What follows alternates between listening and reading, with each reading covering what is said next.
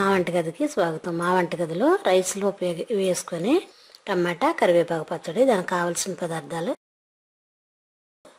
పచ్చిమిర్చి 150 గ్రాములు, టమాటాలు 1/2 కిలో, ఉల్లిపాయలు 3, ఉప్పు రుచికి తగినంత, ఆయిల్ 4-5 టేబుల్ స్పూన్లు, కరివేపాకు 1 కప్పు, చింతపండు కొద్దిగా.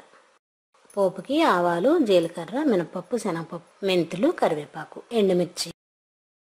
ఇప్పుడు తయారు చేయటం చూద్దాం. స్టవ్ పై ఆయిల్ వేడి చేసి పచ్చిమిరపకాయలు వేసి వేయించుకోవాలి.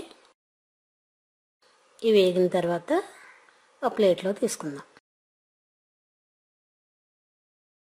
ఈ పచ్చడి మిక్సీ కంటే చిన్న కుందులో చేస్తేనే బాగుంటుంది. ఇప్పుడు అదే ఆయిల్లో టమాటాలు వేసి బాగా వేయించుకోవాలి. ఇవి వేగిన తర్వాత దీనిలోనే కరివేపాకు కూడా వేసి వేయించుకుందాం.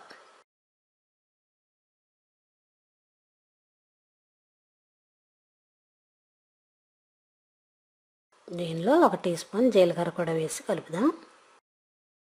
మూత పెట్టి 1 నిమిషం ఉంచితే ఉడుకుతాయి.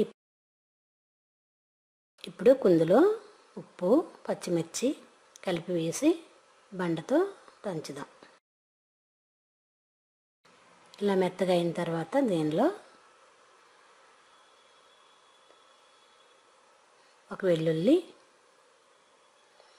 వెల్లుల్లిపాయ వేసి బాగా దంచి, ఇప్పుడు చింతపండు కూడా వేసి బాగా నూరుదాం. ఇప్పుడు దీనిలోనే మనం ఒలిచి ఉంచుకున్న ఉల్లి ముక్కలు కూడా వేసి కచ్చా పచ్చాగా నూరుదాం. మెత్తగా నూరితే బాగోదు.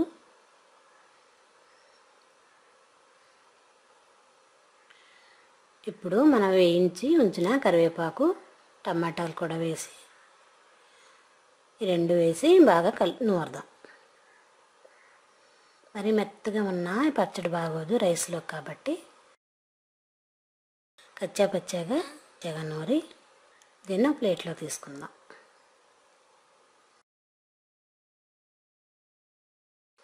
ఇప్పుడు దీన్ని పోపు వేసుకుందాం. స్టవ్ పై ఆయిల్ పెట్టి ఆవాలు, జీలకర్ర, మినపప్పు, శనగపప్పు, మెంతులు, ఎండుమిర్చి, వెల్లుల్లి, కరివేపాకు వేసి బాగా వేయించుకోవాలి.